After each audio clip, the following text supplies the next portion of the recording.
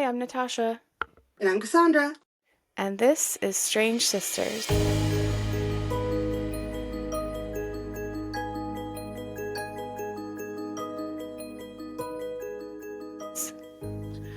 And before we start, we just want to take a minute to ask, is everybody okay? I know the world is on fire right now, and deep breaths in and out. Yeah, there's a lot going on, but I think it's important that people are showing, their feelings and thoughts on what's going on, and hopefully it will actually lead to some change. Our 85-year-old grandmother had to go out and protest. All right, enough's enough. Yes, and I think that really says something if she felt the need at her age to come out and protest. So, yeah, I hope it makes a difference. I really do. I really do too, and I think it will. I mean, where I was for the protest, there was a lot more people than I expected to be there.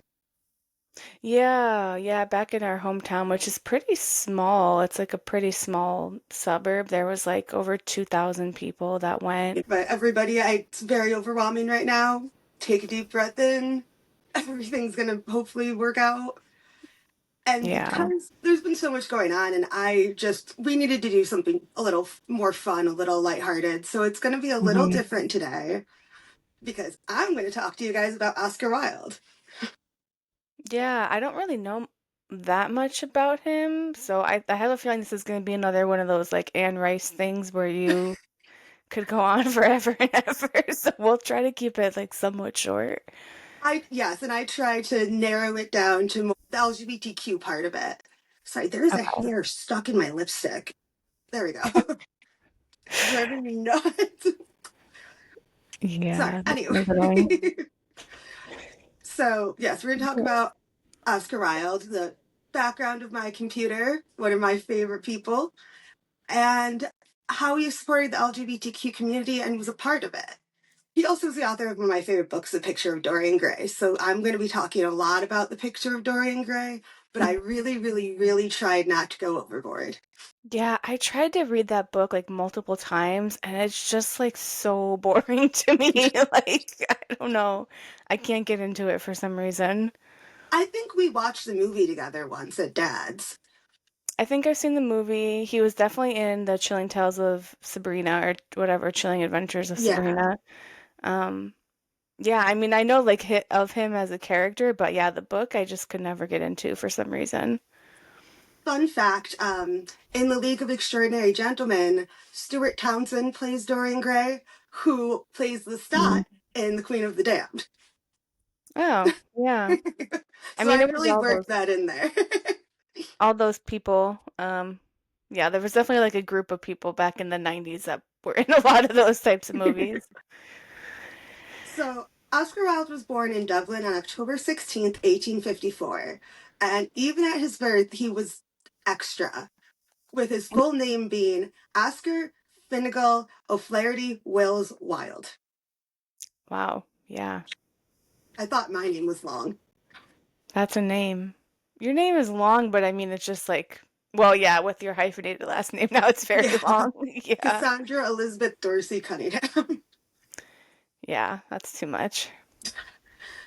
So both of Wilde's parents were very intelligent, with his father being a doctor and his mother being a poet. Wilde would follow suit and would graduate Oxford in July of 1878. Wilde was a student of aestheticism. So, like, for a while, people would say, oh, that's aesthetic.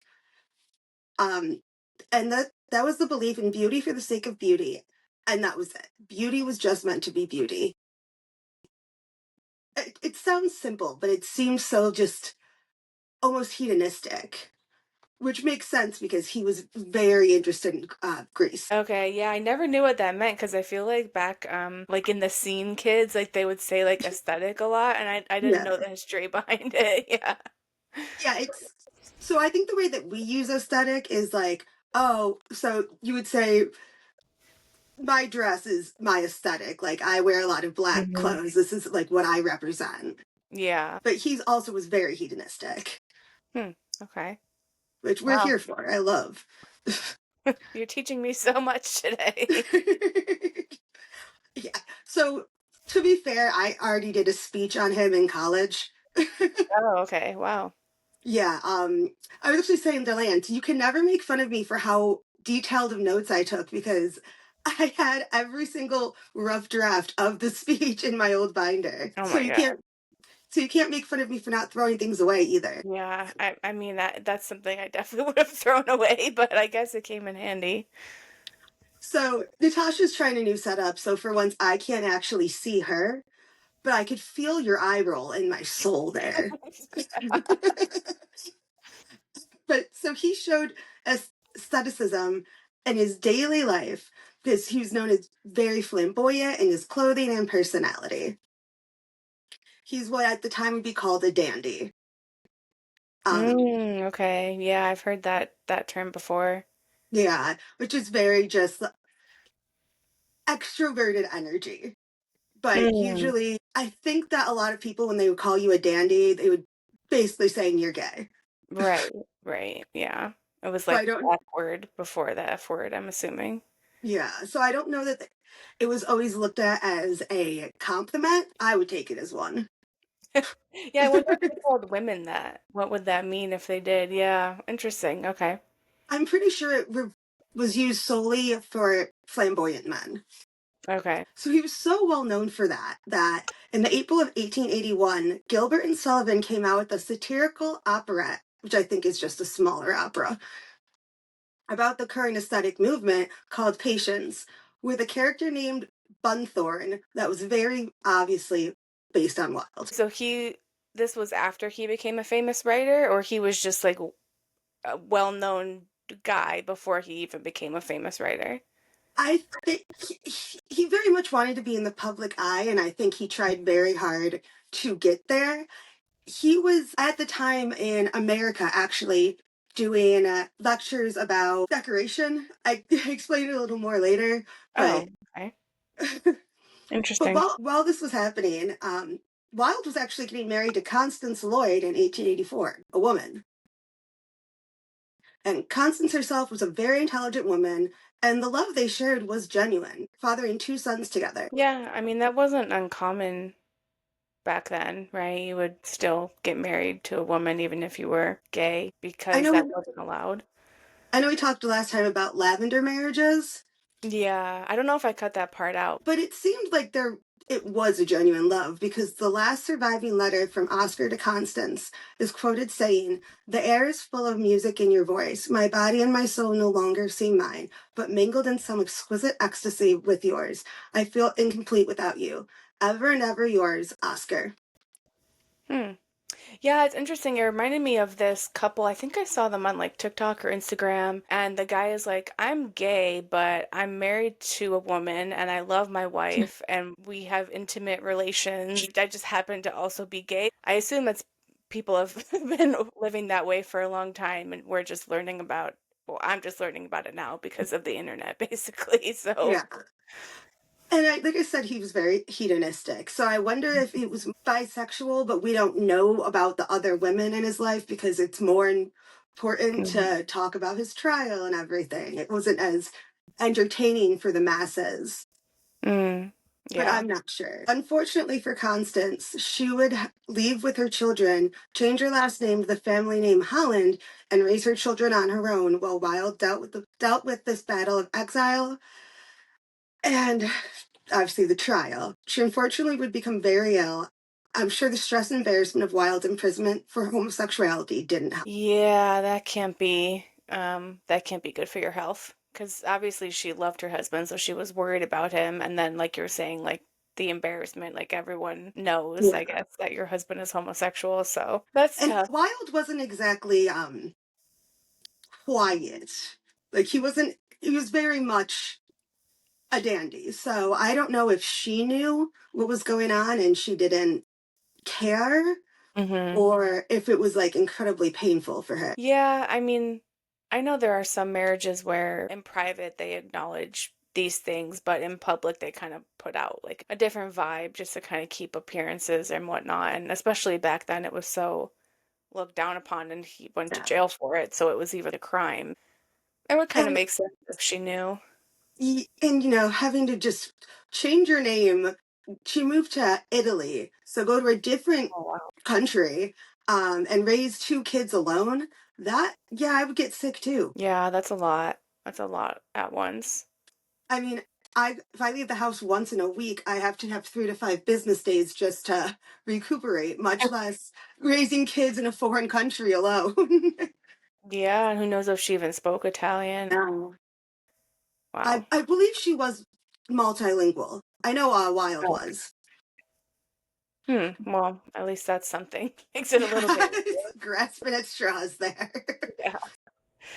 So Wilde's first true taste of the fame that he wanted so badly was during his tour in America in 1882, where he lectured on house decoration and the decorative arts. Which, Hmm. what a wild, with the internet now, it's so wild to think that like you would travel to a different country to talk about the decorative arts. Yeah, and like all the books that they used to put out about stuff like that. When I was at the thrift store, I found some old books on like dressmaking, and I was Mhm. like, wow, that's so interesting because now you would just go online, look at a blog that had like a million ads in it, Yeah, and then gave you like you'd like have to, 5 viruses.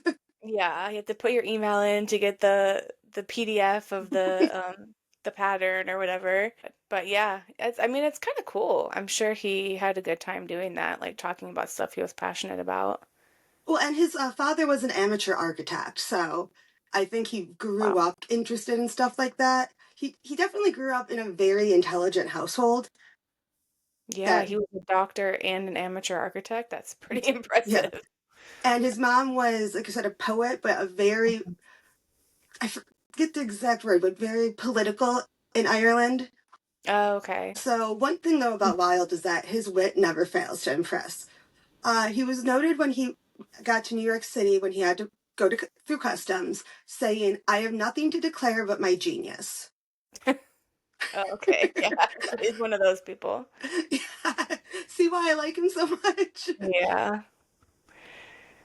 It wouldn't be until the summer of 1891 that Wilde would meet his most famous lover and the reason for his downfall. Hmm. He was named Lord Alfred, nicknamed Boise Douglas, and he was the son of the Marquis of Queensberry. So, though Okay. Douglas was, it comes back later. So, Douglas was not his only partner, though. There is at least one other that I know of, notably Robert Ross, who was his close friend and eventually his literary executor. So, I think when he passed away, he gave Robert Ross responsibility of all that. Oh, okay, like all the drafts of his writing and stuff like that. Yeah, and just if he Wow. putting things in his name. From what I said, Robert Ross and Douglas didn't exactly get along. Mm. Yeah, they seem, I'm guessing they're kind of like very different people. Different people, and I don't know if they were seeing each other at the same time. Mm. And plus, your advice ended up being the reason, and your father ended up being the reason that my friend went to prison and exiled. Okay. Yeah, that makes sense. Yeah, I wouldn't be a huge fan of that. Yeah. But there was also evidence of other men, with a quote from the trial being, "At a preliminary bail hearing, hotel chambermaids and a housekeeper had testified that they had seen young men in Wilde's bed and found fecal stains on his sheets." Ugh. Yeah. I could have done without that last part. I should All have given right. you a warning. Oh, that's okay. That's very graphic. So, like, how did we get all the way here, though? Because it seemed that in Wilde's circle there was a mutual understanding of don't ask, don't tell. Hmm. So how'd Wilde end up in prison? I'd start with, like I said earlier, Wilde wasn't exactly discreet. It wasn't his nature to be. And he Hmm. was very flamboyant in his life, his works, his clothes, everything. Hmm. Yeah, it kind of reminds me of the episode that we did last week too, because like all those men from all over the world came to, well, in that case, San Francisco, and it seemed like they felt like safer like living that way. So if you're like just that far from your family, America was like the new world or whatever, like maybe it just gives He you was a back in greater, Europe at this point. Oh, okay. Sorry, I didn't make that clear. He So was he only just there for was a not few there. years. Oh, okay, okay. He would meet Douglas in Europe, and there was a big age gap there too, which I don't know if Mm, matters, but kind of seems like it did. Where the other guy was younger, like Wild was the older Yeah, one? yeah. Yeah. I think Wilde was in his like late 30s, early 40s, and Douglas was an undergrad. Okay. Yeah, and like I said, not discreet, and a lot of homosexual undertones that were noted like at the time, and obviously still now in his works, especially in The Picture of Dorian Gray. And they would actually use his, like I said, his works in the trial as evidence against him. And for those who don't know what the premise of The Picture of Dorian Gray, I promise I'll keep it short.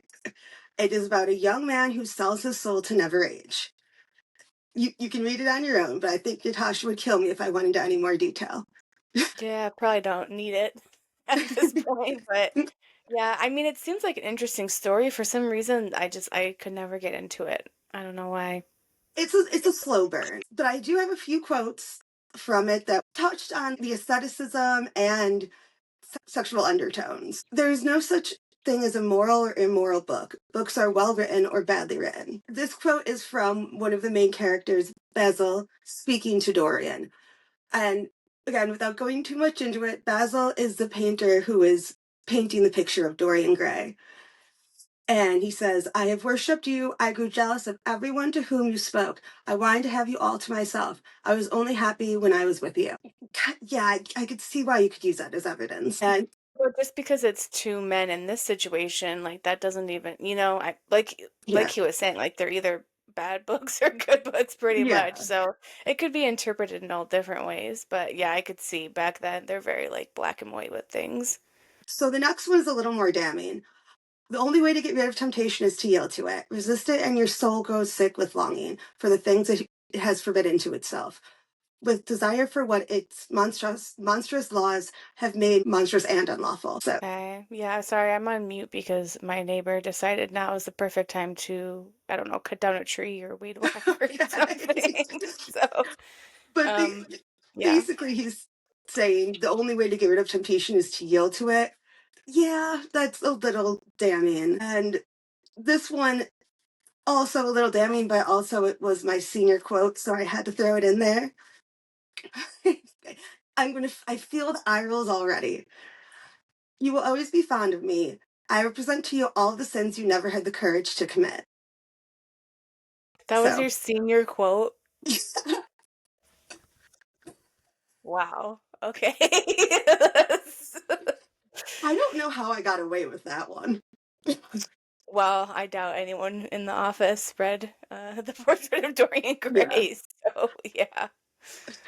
What So was my senior quote? I think it was a quote from that movie Casino, okay. right? Or Dazed and Confused. I don't know. It was something I think it stupid. was Yeah. dazed and confused. I still You have just one of your gotta senior keep. pictures somewhere. Oh, yeah. I have a few of them. Yeah. My God, what a time. Some other famous quotes of Oscar Wilde that could be used in one way or another, but it's definitely part of the LGBTQ part of it now is be yourself, everybody else is always taken. Oh, yeah. And I've heard that one before. I didn't know that was yeah, from him. yeah. And many of his works had plots of double identities or hidden life, which seems like he was projecting. Hmm. So, with that, let's go back to Douglas and his father. I don't know how his father found out. Like I said, Wilde wasn't very discreet, but he was determined to publicly shame Wilde. And I suppose protect his son because there was an age gap. And I think more so it was he was trying to protect the family reputation. Yeah. Yeah, especially back then, that could really hurt business deals and stuff like that, right? Like it really mattered for a Yeah. lot of things. Yeah. I mean, his wife had to change her name and flee. Yeah. So, the Douglas's father, the Marquis of Queensberry, was outraged by their relationship and sought to expose Wilde. He left a calling card for Wilde with the porter at the private, I'm not going to be able to say this, Albemarle? Wow, hold on. Albemarle Club in London. The card read, for Oscar Wilde, posing sodomite. So, Whoops. Okay. and this was not the first time he's done this. At the, I believe it was the first viewing of his play Lady Windermere's Fan, he had to be barred from entering. Wow. Okay. Yeah, so opening night, Wilde found out, and they had to like bar him from being allowed in. But, and this is where Oscar meets his downfall. In retaliation, Wilde attempted to sue the Marquis for defamation, fully supported by Douglas, the boyfriend. Yeah, that didn't work because for defamation to be proven, you have to prove that it's a lie. Oh, right. Yeah. Yeah. But the rest of his friends who knew who he was were begging him to flee to France, where it was already legal. It became legal during the revolution. Okay. Wow. The French really out here. Yeah. But because that he opened that can of worms on May 25th, 1895, he would be convicted for gross indecency. He started his own criminal trial by trying to prove a point, I guess, to this other person. Oh, okay. Wow. Yeah. Yeah. So he was convicted for gross indecency, which Hmm. just, when I think gross indecency, I'm like running around flashing people, not, Yeah. yeah. So he was sentenced to the maximum, which was 2 years hard labor. Wow. Okay. Now, in the midst of this chaos, though, Douglas, not the Marquis, the good one, well, good is relative, Yeah. would publish Two Lovers, which was originally just a love poem to Wilde, but he published it, and that is where the quote, the love that dare not speak its name, come from. Oh, okay. Wow. Yeah. So, yeah, full of fun facts.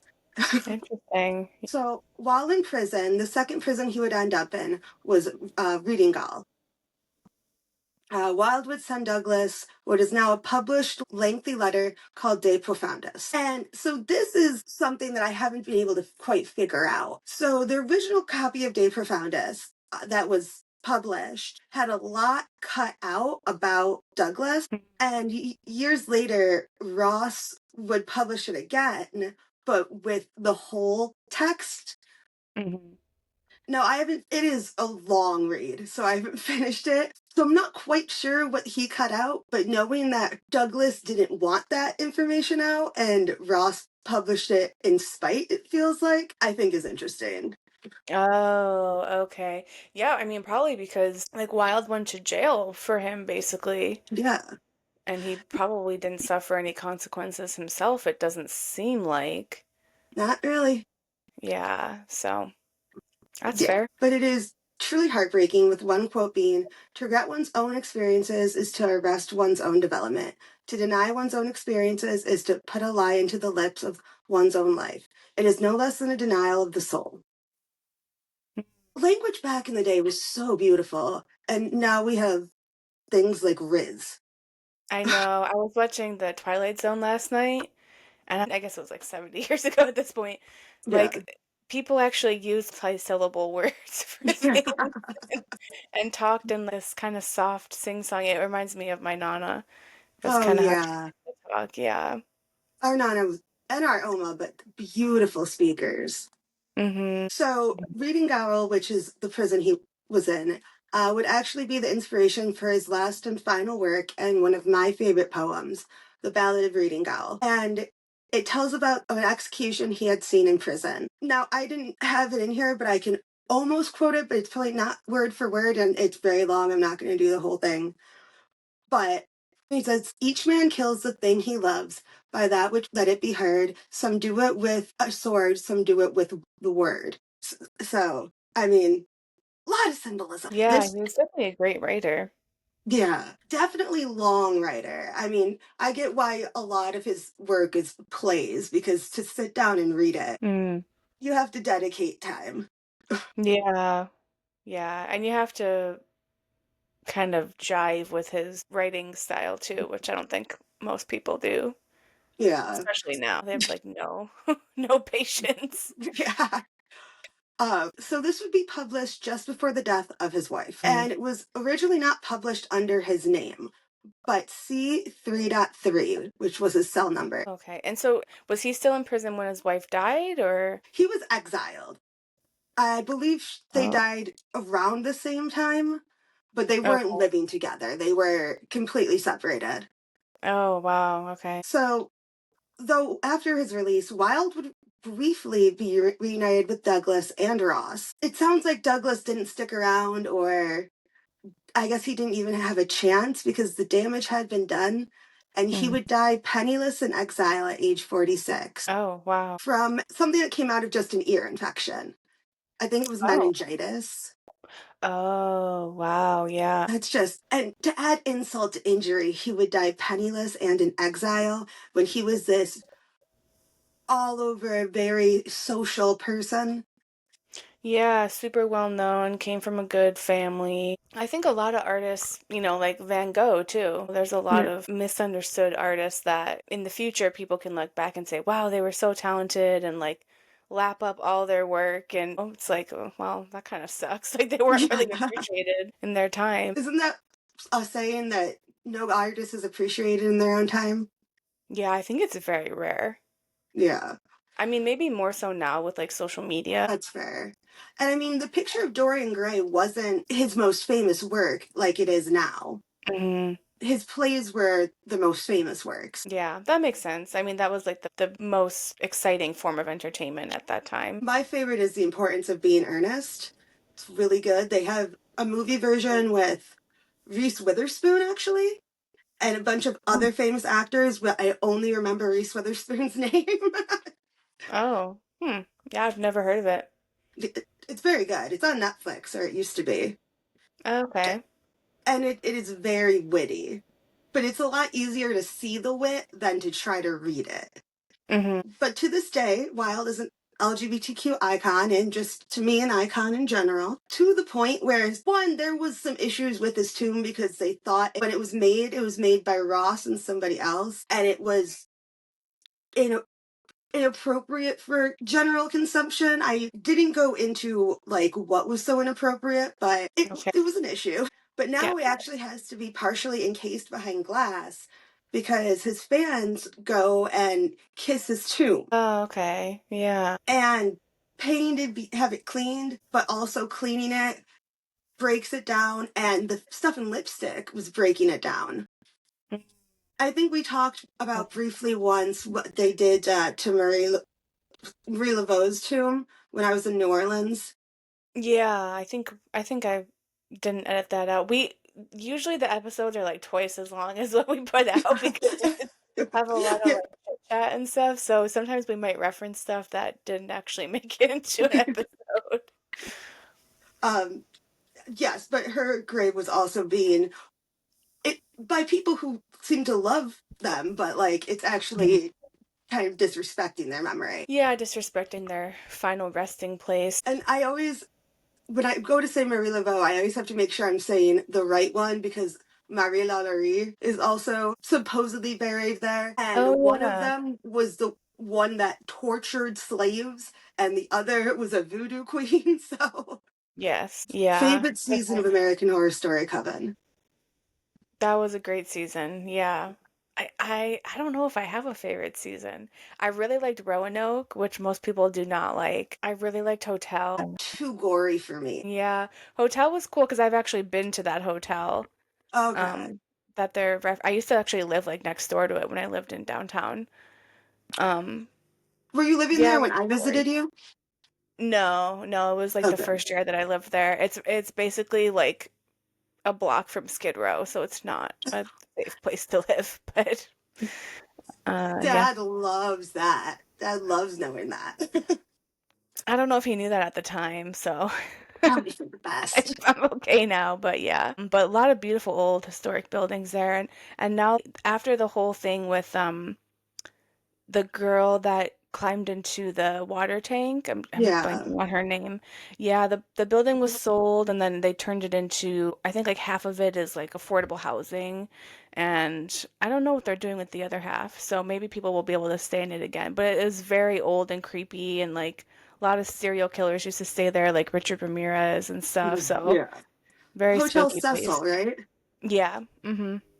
But also, that reminds me, completely on a tangent. I just want you all to know that Natasha was trying to convince me to go see Abigail, the doll. Yeah, I mean, don't touch it or anything, but you can see it. I don't want to be around it. Apparently, there's some kind of convention going on near where I live. At first, I was like, oh, yeah, that sounds great. Absolutely. And she was like, well, yeah, you're going to do a ghost tour with Annabelle. No, I'm not. That's pretty Absolutely, I'm cool. not. That's pretty cool. It's in, I think it was in somewhere in Pennsylvania, if anyone listening is interested in going in July. So it sounded pretty cool to me, but I could see why people wouldn't want to do it. No, thank you. I like my haunted dolls. I'll keep these ones. You've got a freaking self-healing doll, but you won't go see Annabelle. Like, come on. Annabelle has like torture. There's a movie series about her. Beatrice is Yeah. just a nice lady trying to hang out. For now, there could be a movie series about Beatrice in the future. We don't Oh, shit. know. That reminds me, I need to dust them. Yeah, you better keep her clean and all that. Keep her she ha- happy. she has her own chair actually. It's got to be like an American Girl chair, or like a really old one when porcelain dolls were normal in people's houses. Anyway, Yeah, just wanted to anyway. let you guys know that she bullies me into doing things. I'm not gonna see Abigail, Annabelle. Why do I keep saying Abigail? Anyway, so Oscar Wilde was actually posthumously pardoned in 2017, Oh, along with I wow. think it said 50,000 other people who were in jail or convicted of being gay because it was no longer illegal. Wow. 2017, that's very recent. I mean, he must have died, what, like decades earlier? When did he die? Let me look. I've got it somewhere. Early It 1900s, was I'm assuming. early 1900s or late 1800s. Wow. Yeah. So, But I mean, we talked about in one of our first ones, the Isle McGee witch trials, they were trying to get them posthumously pardoned, and they were still having a hard time. And that was way longer than Oscar Wilde. So right. And there was actually no proof that yeah, any of that happened. Yeah. and the So, government was still fighting against it. So yeah. I guess take what you can get, but that is a little bit about Oscar Wilde. There is so much information about him, and I do recommend reading a lot of his books, especially The Picture of Dorian Gray.